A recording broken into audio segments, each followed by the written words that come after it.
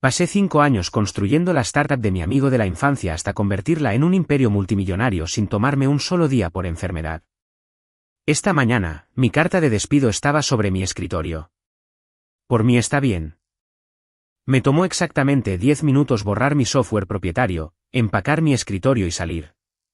Pero justo en las puertas del vestíbulo, su nueva prometida me bloqueó el paso.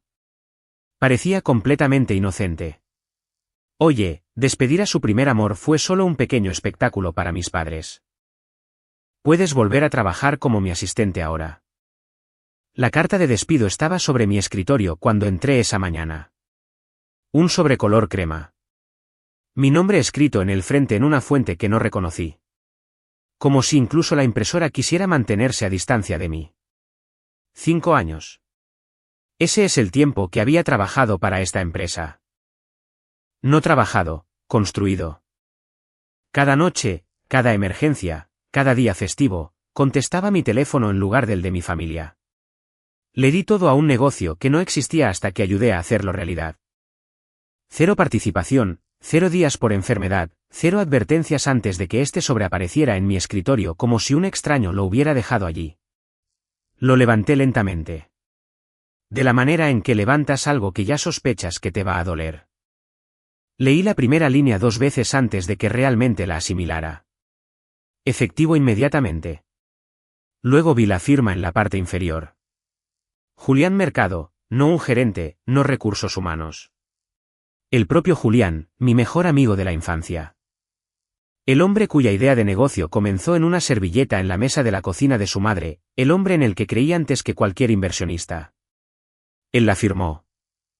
Me senté lentamente en mi silla, la misma silla en la que me había sentado durante 5 años, y luego me quedé mirando su firma hasta que las letras dejaron de parecer su caligrafía y comenzaron a parecer las de un extraño. Quiero decirles que lloré. No lo hice. Quiero decirles que lo llamé gritando, exigiendo una explicación. Tampoco hice eso. Sonreí, no porque estuviera bien, no porque no me doliera. Sonreí porque, sentada allí, sosteniendo la prueba de que la persona que mejor me conocía había decidido que yo era desechable, me di cuenta de algo que Julián y todos los que lo rodeaban habían olvidado por completo. Nunca habían construido esta empresa sin mí. Y estaban a punto de descubrir exactamente lo que eso significaba. Cerré la carta. Abrí mi computadora portátil y sentí que algo cambiaba en mi pecho. No pánico, no dolor, sino una extraña y silenciosa calma. Del tipo que sientes justo antes de hacer algo de lo que nunca podrás retractarte. Todavía no lo saben, pensé. Mis dedos se movieron por el teclado. 10 minutos, me dije. Eso es todo lo que esto va a tomar. No tenía idea, sentada en esa silla, de cuánta razón tenía y de cuán equivocados estaban sobre todo lo que creían entender de mí. Gracias por escuchar Novela de Terciopelo. Quédense conmigo. Esta historia es para cada versión de ustedes que alguna vez se quedó demasiado tiempo por lealtad. Suscríbanse a Novela de Terciopelo y veamos qué sucede a continuación. La gente piensa que la venganza es ruidosa. No lo es. La mía fue silenciosa y tomó exactamente 10 minutos. Abrí un programa que había escrito 18 meses antes y del que nunca le había contado a nadie. No fue sabotaje, no fue robo. Quiero ser clara al respecto porque lo que hice a continuación fue legal en todo el sentido de la palabra. Simplemente separé lo que me pertenecía de lo que les pertenecía a ellos. El software que se ejecutaba debajo de casi todo en esa empresa, la plataforma que mantenía en orden los registros de los clientes, que sincronizaba la facturación, que mantenía unidos 5 años de operaciones como un hilo invisible. Lo había construido yo misma en mi propio tiempo bajo un acuerdo que había firmado cuando tenía 28 años y era demasiado confiada para leer la letra pequeña con atención. Ese acuerdo decía que la tecnología era mía, licenciada a la empresa, nunca cedida. Hice clic en los pasos que había creado exactamente para este momento, medio esperando no tener que usarlos nunca. Mientras el proceso se ejecutaba silenciosamente en segundo plano, mi mente divagó a un lugar al que no le pedí que fuera, la oficina sobre la panadería El Globo. Nuestra primera oficina, si se le puede llamar así. Una mesa plegable, 2 sillas de segunda mano y un plan de negocios que existía principalmente en la cabeza de Julián y en mi código. Solía llevarle café todas las mañanas antes de que cualquiera de nosotros tuviera suficiente dinero para comprar el nuestro. Vamos a construir algo juntos, me dijo una vez, tan seguro, tan convencido de un futuro que ninguno de los dos podía ver todavía. Le creí antes que nadie.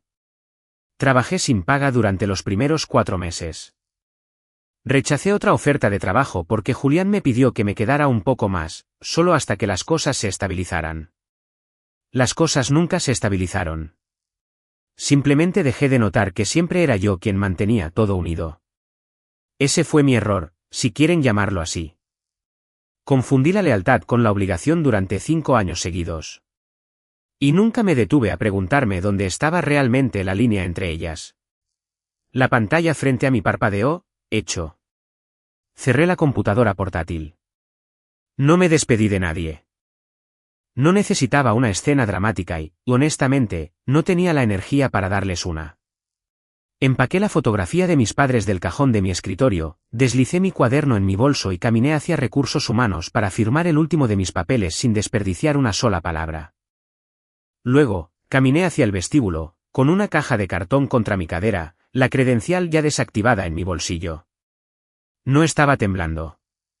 No estaba llorando. Había terminado. Las puertas de cristal estaban a solo unos pasos de distancia cuando la vi, una mujer con un vestido color crema, un peinado perfecto, un brazalete de diamantes que captaba la luz, parada directamente entre la salida y yo, como si hubiera estado esperando allí todo el tiempo. Miró la caja en mis brazos, luego mi credencial vacía. Luego me sonrió como si estuviéramos a punto de tener una conversación amistosa. Todavía no tenía idea de que estaba a punto de decir algo que cambiaría todo lo que creía entender sobre esa mañana. Oh, dijo, mirando la caja en mis brazos como si lo explicara todo. ¿Realmente te vas? La miré fijamente. Eso es generalmente lo que significa un despido. Su sonrisa vaciló ligeramente, los bordes pulidos se deslizaron por medio segundo antes de que se recompusiera. Escucha, creo que ha habido un malentendido. No lo ha habido. Se acercó y bajó la voz, mirando alrededor del vestíbulo como si le preocupara que alguien pudiera escucharla. Se suponía que el despido no era real. Sentí que algo en mi pecho se detenía. ¿Qué? Julián necesitaba demostrarle algo a mis padres, dijo rápidamente, las palabras saliendo ahora a borbotones como si las hubiera estado conteniendo desde el ascensor. Siempre han pensado que él y tú eran demasiado cercanos. Que tal vez todavía sentía algo por ti, ya que ustedes dos construyeron la empresa juntos. Quería que vieran que yo era la mujer que eligió, que tú eras solo parte de su antigua vida. No dije nada por un largo momento. Así que me despidió, dije lentamente. Para ganar una discusión con tus padres. Solo se suponía que era una demostración. ¿Una demostración? Sí. De hecho, volvió a sonreír, esperanzada ahora, como si pensara que habíamos llegado a la parte en la que yo entendía y perdonaba a todos los involucrados. Puedes volver mañana. Julián dijo que puedes tener tu antigua oficina. Realmente me vendría bien la ayuda. De hecho, podrías ser mi asistente hasta que las cosas se calmen. Conoces este lugar mejor que nadie. La miré durante unos segundos, el tiempo suficiente para que su sonrisa comenzara a flaquear. Luego levanté el acuerdo de despido que todavía tenía doblado en mi mano. Esto está firmado por Recursos Humanos. Lo sé. Mi liquidación está aprobada. Lo sé. Mi acceso ya ha sido desactivado. Hice una pausa.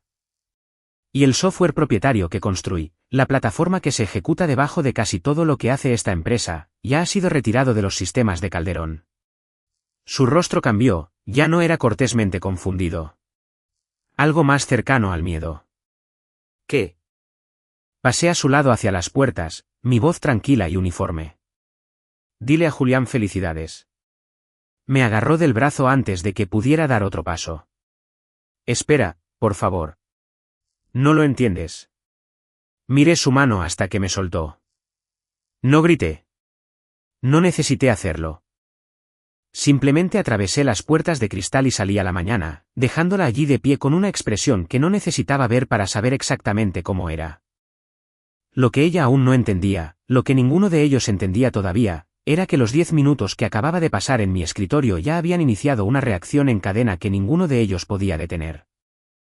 Me enteré más tarde, pieza por pieza, de cómo se desarrolló realmente la mañana dentro de los muros de Calderón después de que me fui. No estuve allí para verlo. No necesité estarlo. Había escrito cada línea de lo que estaba a punto de suceder. A las 9:52, el Departamento de Finanzas notó que el sistema de conciliación automatizado simplemente se había detenido. Sin mensaje de error, sin advertencia. Simplemente dejó de hacer en silencio lo que había hecho todos los días durante los últimos 5 años. A las 10:14, el servicio de atención al cliente descubrió que el panel de control del cliente se había oscurecido. Las cuentas que habían consultado cientos de veces antes de repente eran inaccesibles, como si la memoria de la empresa sobre sus propios clientes se hubiera apagado. A las 10:31, alguien de operaciones abrió la plataforma de análisis interno y la encontró técnicamente en funcionamiento, los números se movían, los informes se generaban, excepto que la mitad producía información que no tenía sentido. Totales rotos, campos faltantes, datos que parecían correctos hasta que mirabas lo suficientemente de cerca como para darte cuenta de que no lo eran. Nadie allí entendía por qué. Yo sí. El sistema no estaba roto. Estaba funcionando exactamente como lo construí para que funcionara. Simplemente ya no tenía permiso para usar la arquitectura que hacía posible todo eso, una arquitectura que en realidad nunca le había pertenecido a Calderón en primer lugar. Sin importar lo que Julián les hubiera dicho a sus inversionistas durante 5 años. Quiero ser honesta con ustedes sobre algo. En ese momento, sentada en mi departamento en la Colonia Condesa con mi caja de pertenencias del escritorio aún sin desempacar en el suelo, sentí un pequeño destello de miedo. No porque me arrepintiera de nada, sino porque de repente comprendí, de una manera que nunca antes lo había hecho, cuánto de esa empresa había dependido de que una persona la mantuviera unida en silencio detrás de escena, yo. ¿Era yo responsable de lo que estaba a punto de pasarles? ¿O se habían hecho esto a sí mismos en el momento en que decidieron que yo era reemplazable? Aún no tenía una respuesta. A las 10:17, mi teléfono se iluminó. Julián Mercado. Dejé que sonara. Volvió a sonar casi inmediatamente después de que terminara la primera llamada. Luego, una tercera vez, más rápido que la última. Su nombre parpadeando en mi pantalla una y otra vez como si pensara que la persistencia por sí sola podría deshacer lo que ya había firmado. Me quedé sentada viéndolo sonar. Y por primera vez en toda la mañana, ya no me sentía tranquila. Sentí algo completamente diferente, algo que aún no estaba lista para nombrar. Finalmente contesté en la cuarta llamada. Por favor, no empeores esto, dijo Julián antes de que yo hubiera dicho hola. Entonces dime quién lo ordenó. Silencio al otro lado. Podía oírlo respirar de la manera en que solía respirar justo antes de admitir algo que sabía que no me gustaría. Julián, fue complicado. Esa no es una respuesta. Exhaló, largo y cansado. Mis futuros suegros querían una prueba. ¿Prueba de qué? De que había seguido adelante. Cerré los ojos. Julián había sido muchas cosas a lo largo de los años, cobarde a veces, demasiado fácil de influenciar por gente con dinero, ambicioso de maneras que me asustaban un poco. Pero nunca había sido un buen mentiroso. Siempre podía darme cuenta. ¿Firmaste el despido?, pregunté. Otro silencio, más largo esta vez. Sí. Ahí estaba. La parte de la que no podía zafarse hablando. Entonces hemos terminado, dije. Espera, no. No entiendes lo que estás haciendo. Casi me río. Eso es interesante, ¿y qué es? Durante 5 años, nunca me preguntaste qué estaba haciendo. Mi voz era firme, más tranquila de lo que esperaba. Ni cuando me quedé hasta las 2 de la mañana arreglando algo que nunca hubieras sabido que estaba roto. Ni cuando rechacé otro trabajo porque me pediste que me quedara. Ni una sola vez. Pero ahora, cuando finalmente me voy, de repente quieres entenderlo todo. No respondió. Colgué. Por primera vez en todo el día, no me sentí como una mujer que acababa de perder su trabajo. Me sentí como alguien que acababa de dar el primer paso real de regreso hacia sí misma. La llamada llegó una hora más tarde de un número que no reconocí con un nombre adjunto que no había visto en años. Rebeca Solano. Ella se había encargado del papeleo cuando Calderón todavía era solo una idea que Julián y yo estábamos construyendo en una oficina alquilada sobre una panadería El Globo. No había hablado con ella desde entonces. ¿Eliminaste algo que perteneciera exclusivamente a la empresa?, preguntó. Sin saludo. Directo al grano. No. ¿Borraste registros de la empresa? No. ¿Desactivaste algo intencionalmente fuera de tu propio sistema propietario? No. Entonces no entres en pánico, dijo, y algo en su voz me hizo enderezarme. Porque lo que hiciste esta mañana puede haber activado la protección más fuerte de tu acuerdo original. ¿Qué protección? Tu plataforma estaba licenciada, Calderón. Nunca les fue asignada. Miré la pared de mi cocina. Julián siempre me dijo que la empresa la poseía por completo. Julián dice muchas cosas. Me envió el acuerdo original mientras aún estábamos al teléfono. Lo abrí allí mismo, en mi mesa, desplazándome por páginas de lenguaje que apenas recordaba haber firmado hasta que lo encontré, enterrado en la página 22 de 27. La arquitectura central me pertenecía. Calderón tenía una licencia perpetua para usarla. Pero en el momento en que rescindieron mi empleo sin causa, esa licencia requería una renegociación, y si se negaban a renegociar, podría suspenderse. Sentí que algo se movía en mi pecho, en algún lugar entre la incredulidad y algo más agudo. ¿Por qué nunca supe esto?, pregunté en voz baja. Porque tenías 28 años cuando lo firmaste, dijo Rebeca, y Julián te dijo que tenía todo cubierto. Miré la carta de despido que todavía estaba sobre la mesa de mi cocina, donde la había dejado esa mañana. Ya no parecía un final. Parecía una prueba. Rebeca, dije, ¿qué pasa ahora? Se quedó en silencio por un segundo. No toques sus sistemas. No accedas a nada de forma remota. No les ofrezcas ayuda, sin importar cuánto te la pidan. No lo haré. Bien. Porque hay un periodo de subsanación en ese acuerdo, dijo, y ya está corriendo. No estaba en la habitación cuando sucedió, pero me enteré por alguien que todavía trabajaba allí con suficiente detalle como para poder imaginar cada segundo. 3 días después de que me fui, el cliente más grande de Calderón envió una queja formal. 3 fallas del sistema en una semana. Datos faltantes, informes rotos, un panel de control en el que ya no se podía confiar. La Junta convocó una reunión de emergencia esa misma tarde. Los inversionistas querían respuestas reales. El director financiero se puso de pie primero, según mi fuente, e hizo la pregunta que aparentemente hizo que toda la sala se quedara en silencio. ¿Cómo una empresa de este tamaño pierde infraestructura crítica porque un empleado se fue? Julián trató de explicarlo. Habló de problemas de transición, inestabilidad temporal, rotación normal. Luego, alguien pidió ver la lista del equipo técnico. Julián les había dicho a los inversionistas durante años que Calderón tenía un departamento técnico de 6 personas que mantenía todo en funcionamiento. 6 salarios, 6 nombres en las diapositivas durante las rondas de financiación. La auditoría que siguió encontró un nombre que importaba. ¿El mío? Todos los demás en ese supuesto equipo habían sido contratistas, un administrador junior o alguien que simplemente seguía la documentación que yo había escrito. Julián no había construido un departamento técnico. Había construido una historia, y yo había sido silenciosamente lo único real que la sostenía.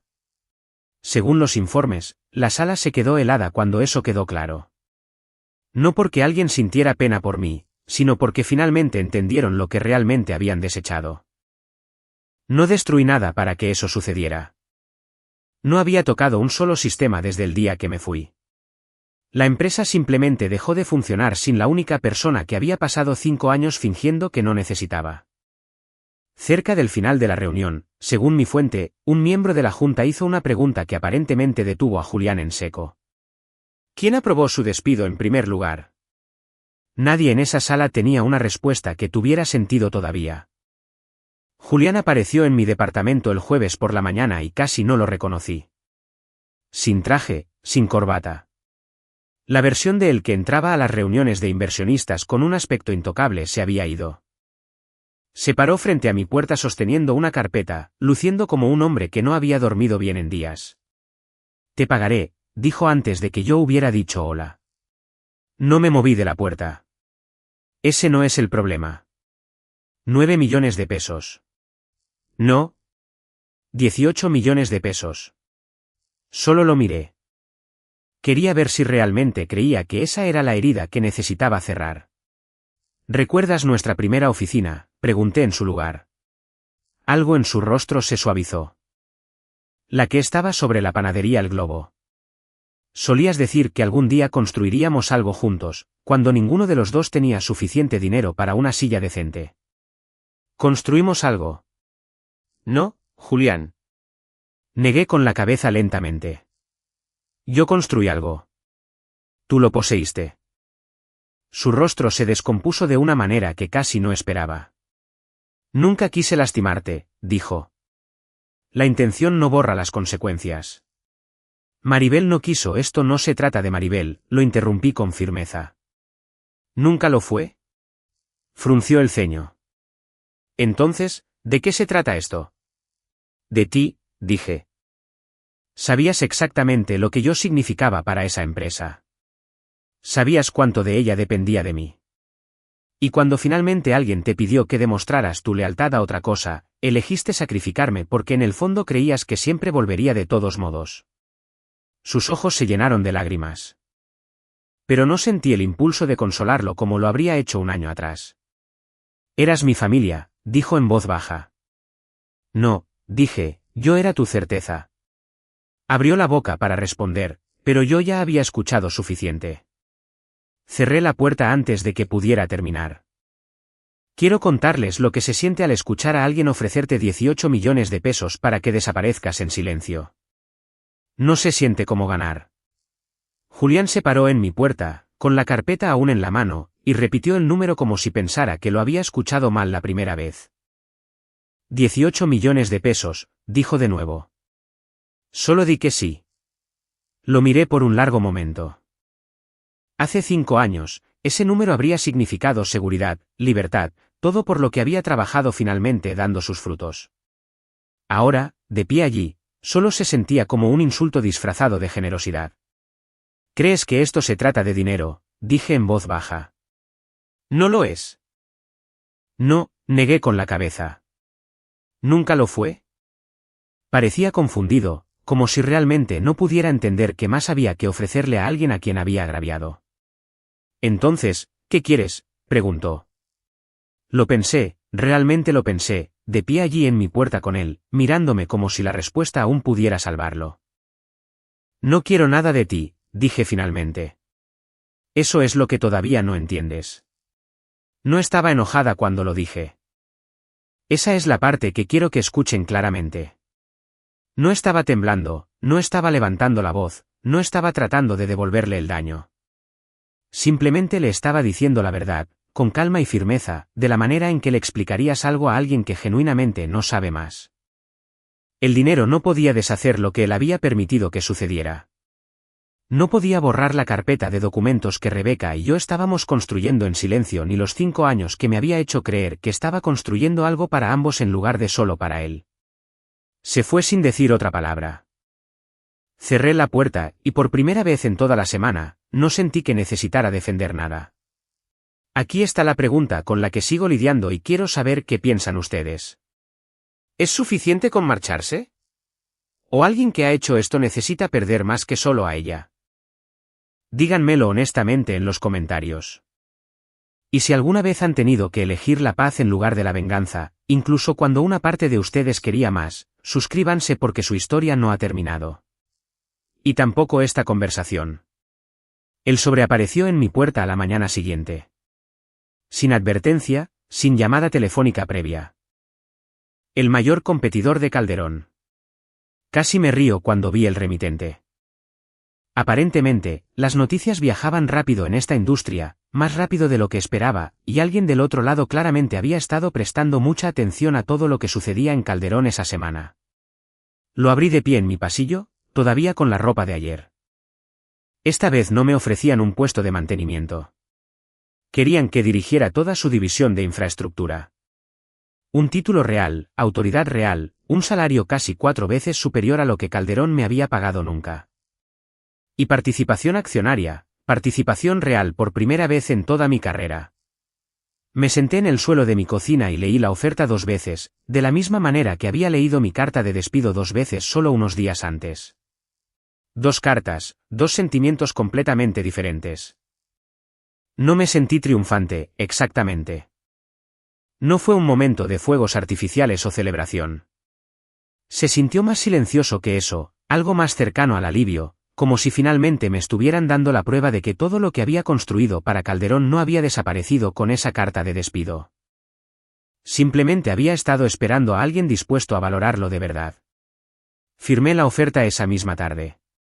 Durante unas horas, todo se sintió resuelto, como si tal vez aquí fuera donde la historia terminaba en silencio. Una mujer que fue despedida, descubrió su valor y encontró algo mejor. Entonces sonó mi teléfono. Rebeca, hay algo que debes saber, dijo. Y algo en su tono me hizo volver a sentarme de inmediato. ¿Qué? Hizo una pausa lo suficientemente larga como para que se me encogiera el estómago. El truco del compromiso, dijo lentamente, no se trataba realmente del compromiso. Me senté a la mesa de mi cocina, con el teléfono presionado contra mi oído, y esperé a que Rebeca explicara una frase que ya sabía que iba a cambiarlo todo. ¿Qué quieres decir con que no se trataba del compromiso?, pregunté. Los padres de Maribel, dijo Rebeca con cuidado, no eran los que presionaban a Julián para que te despidiera. Eso nunca vino realmente de ellos. ¿Entonces, quién? Su principal inversionista. Me quedé muy quieta. ¿Por qué a un inversionista le importaría mi puesto de trabajo? Porque nunca se trató de tu puesto de trabajo, dijo. Se trataba de tu plataforma. Sentí que un frío se instalaba en mi estómago. Rebeca lo explicó lentamente, como si quisiera que cada pieza encajara exactamente donde debía. El grupo de inversionistas que respaldaba a Calderón había estado revisando silenciosamente la tecnología de la empresa durante meses, tratando de entender cuánto valía realmente antes de una conversación de adquisición más grande. Lo que encontraron no coincidía con la historia que Julián les había estado contando durante años. El valor real de la empresa no estaba en su lista de clientes ni en su oficina, ni siquiera en su nombre. Estaba en la plataforma que yo había construido. Y aparentemente, alguien en el equipo de ese inversionista también se había dado cuenta de otra cosa. Mientras yo siguiera empleada allí, mi acuerdo de licencia complicaba y encarecía una adquisición limpia. Pero si me iba en las condiciones adecuadas, el valor de la tecnología podría restablecerse, reclasificarse y absorberse por mucho menos de lo que realmente valía. La demostración del compromiso nunca había sido realmente para demostrar la lealtad de Julián a la familia de Maribel. Había sido la excusa más fácil para eliminarme en silencio, disfrazada de algo lo suficientemente personal como para que nadie pensara en mirar más a fondo. Así que no fui un daño colateral en su relación, dije lentamente, casi para mí misma. No, dijo Rebeca, tú eras el objetivo. La relación fue solo la historia que usaron para llegar allí. Cerré los ojos. Rebeca, ¿por qué ahora? ¿Por qué pasar por todo eso en lugar de simplemente acercarse a mí directamente? Se quedó en silencio por un momento antes de responder. Porque tu salida, dijo, habría forzado una reestructuración barata. No dije nada. No necesité hacerlo. 5 años de mi vida reducidos a una partida en la hoja de cálculo de otra persona, y ninguno de ellos había planeado decirme la verdad. Rebeca me envió los documentos esa misma noche. Y quiero decirles que ninguno de ellos se veía como esperaba. Creo que una parte de mí estaba preparada para algo dramático. Correos electrónicos enojados, alguien escribiendo, deshagámonos de ella, en un lenguaje claro y feo que pudiera señalar y decir, ¿ven? Así de crueles fueron. Eso no es lo que encontré. Lo que encontré fue peor a su manera silenciosa. Notas de la Junta que me describían como una dependencia de personal que necesitaba ser reducida. Memorandos internos sobre la consolidación de activos técnicos antes de una revisión de valoración. Una frase enterrada en un correo electrónico que hizo que mis manos se quedaran quietas sobre el teclado, aprovechar el evento de terminación para acelerar el cronograma de adquisición. Nadie escribió nada lo suficientemente cruel como para sonar como un villano. Esa fue la parte que más me inquietó. 5 años de presentarme, de perderme cumpleaños y días festivos, de ser la persona en la que todos confiaban en silencio para mantener en pie a toda la empresa, y en su lenguaje, yo no era una persona en absoluto. Era una dependencia, un activo, una partida que debía consolidarse. Me quedé pensando en esa palabra durante mucho tiempo. Consolidada. Seguí pensando en algo que solía decir mi abuela, que el tipo de dolor más frío no es el que alguien te grita. Es el que escriben con calma en un memorando como si nunca hubieras sido nada más que un número para empezar. ¿Era esto peor que una traición obvia? Sinceramente, no estaba segura. Un enemigo que te grita al menos admite que le importas lo suficiente como para luchar. Esta gente ni siquiera se había molestado en enojarse. Simplemente habían hecho los cálculos. Rebeca volvió a llamar una vez que terminó de revisar todo lo que le envié. Esto es suficiente, dijo. Más que suficiente. ¿Suficiente para qué? Hubo una breve pausa en la línea, y cuando volvió a hablar, su voz había cambiado a algo más serio de lo que le había oído hasta ahora. Arbitraje. Entré a la audiencia de arbitraje llevando una sola carpeta, y quiero que entiendan algo antes de contarles lo que sucedió después. No estaba allí para interpretar la ira para nadie. Me senté a la mesa frente a los abogados de Calderón, frente a Julián, que no se atrevía a mirarme a los ojos, y frente a los inversionistas que habían pasado meses tratando el trabajo de mi vida como una línea en una hoja de cálculo. No levanté la voz ni una sola vez. No necesité hacerlo. Dejé que los documentos lo hicieran en mi lugar. Rebeca guió al árbitro a través de todo, pieza por pieza. El acuerdo de licencia original. La carta de despido firmada la misma semana. Los memorandos internos que discutían la aceleración del cronograma de adquisición. Los correos electrónicos sobre la consolidación de activos técnicos escritos en un lenguaje tan ordinario que era casi peor que si hubieran gritado mi nombre con ira. Los abogados de Calderón intentaron argumentar que la plataforma siempre había sido propiedad de la empresa. Rebeca simplemente señaló la página 22. El árbitro no tardó mucho. El fallo declaró claramente que Calderón había violado los términos del acuerdo de licencia y había tergiversado la propiedad de la tecnología propietaria a sus propios inversionistas durante años. Cada reclamo sobre el que Rebeca y yo habíamos construido el caso se mantuvo. Me senté allí, en esa habitación silenciosa, viendo cómo el poder en el espacio cambiaba por completo sin una sola palabra dramática de mi parte. No me regodeé. No sonreí como lo había hecho esa primera mañana en mi escritorio. Esto se sintió diferente, más estable, más limpio, como algo que finalmente se asienta en el lugar donde siempre se suponía que debía estar. El acuerdo que siguió fue sustancial, lo suficiente como para importar, lo suficiente como para cambiar las cosas financieramente de maneras que no pretenderé que no se sintieron bien. Pero si están esperando que les diga que el dinero fue la parte que más importó, tengo que detenerlos ahí. No lo fue. Lo que importó vino después. Las noticias corren rápido una vez que el papeleo se hace público, y durante las semanas siguientes, me enteré de las consecuencias de la misma manera que la mayoría de la gente, pieza por pieza, de personas que todavía trabajan allí. Julián renunció a Calderón en un mes. Silenciosamente, sin el tipo de declaración que solía dar en las cenas de inversionistas. Maribel terminó su compromiso poco después. Nunca supe exactamente por qué y, honestamente, dejé de preguntármelo. El grupo de inversionistas que había orquestado todo el plan de adquisición lo disolvió por completo una vez que el fallo del arbitraje se hizo público. Nadie quiere estar asociado con un trato construido sobre la propiedad tergiversada y un escándalo de compromiso fabricado. Calderón sobrevivió, técnicamente. Las puertas permanecieron abiertas, pero no era la empresa que nadie había imaginado un año antes. No el imperio que Julián solía describir con tanta confianza a salas llenas de inversionistas. No la historia que yo había pasado 5 años ayudándole a construir en silencio. No me sentí triunfante al escuchar nada de eso. Quiero ser honesta al respecto. No había una versión de esto en la que ver a alguien perderlo todo se sintiera como una vuelta de la victoria. Esto nunca se trató realmente de destruirlo. Se trató de lo que hice a continuación, una vez que finalmente dejé de necesitar que él entendiera lo que había perdido. Pasaron los meses.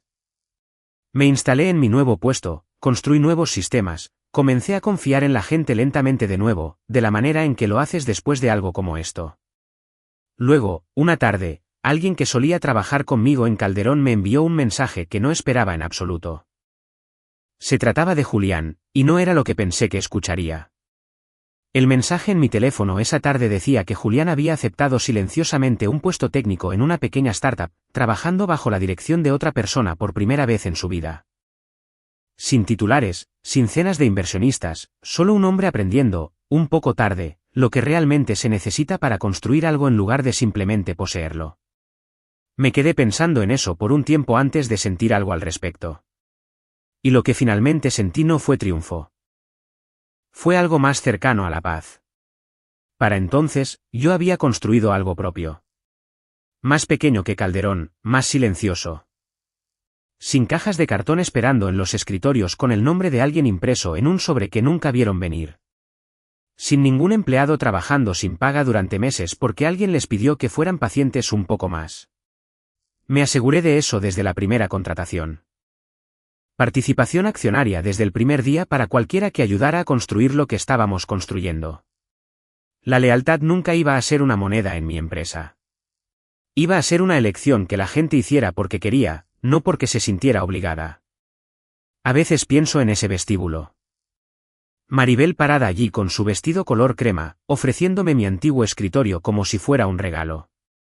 Julián en mi puerta con una carpeta llena de dinero, probando si 5 años de mi vida tenían un precio que simplemente pudiera pagar con un cheque. Pensaron que yo era desechable. Resultó que yo era lo único que mantenía todo lo demás unido. Y en el momento en que me dejaron ir, descubrieron cuán cierto era eso. La gente a veces me pregunta si me arrepiento de haber retirado mi software esa primera mañana, si se sintió como un sabotaje. Mirando hacia atrás, siempre los corrijo de la misma manera. No borré nada. Simplemente dejé de prestarles algo que en realidad nunca habían poseído. Esa distinción cambió mi vida por completo. 5 años de lealtad me enseñaron algo que desearía haber entendido mucho antes. Ser indispensable no es lo mismo que ser valorado. Alguien puede necesitarte todos los días y aún así nunca verte como algo más que útil. Y cuando alguien finalmente te muestra cuál de los dos eres para ellos, créeles a la primera, especialmente cuando lo ponen por escrito. Si alguna parte de esta historia les resultó familiar, si alguna vez han dado todo a un trabajo, una amistad, una persona, y se han preguntado en silencio si alguna vez serían vistos como algo más que útiles, quiero que sepan algo. No son los únicos que han sentido eso. Y no tienen que esperar a que alguien más finalmente reconozca su valor antes de empezar a construir una vida en torno a él ustedes mismos. Si historias como la suya resuenan con algo en ustedes, quédense cerca. Siempre hay otra mujer por ahí que dejó de esperar a ser valorada y comenzó a demostrárselo a sí misma. Suscríbanse a Novela de Terciopelo porque su historia no será la última que sientan que fue escrita solo para ustedes.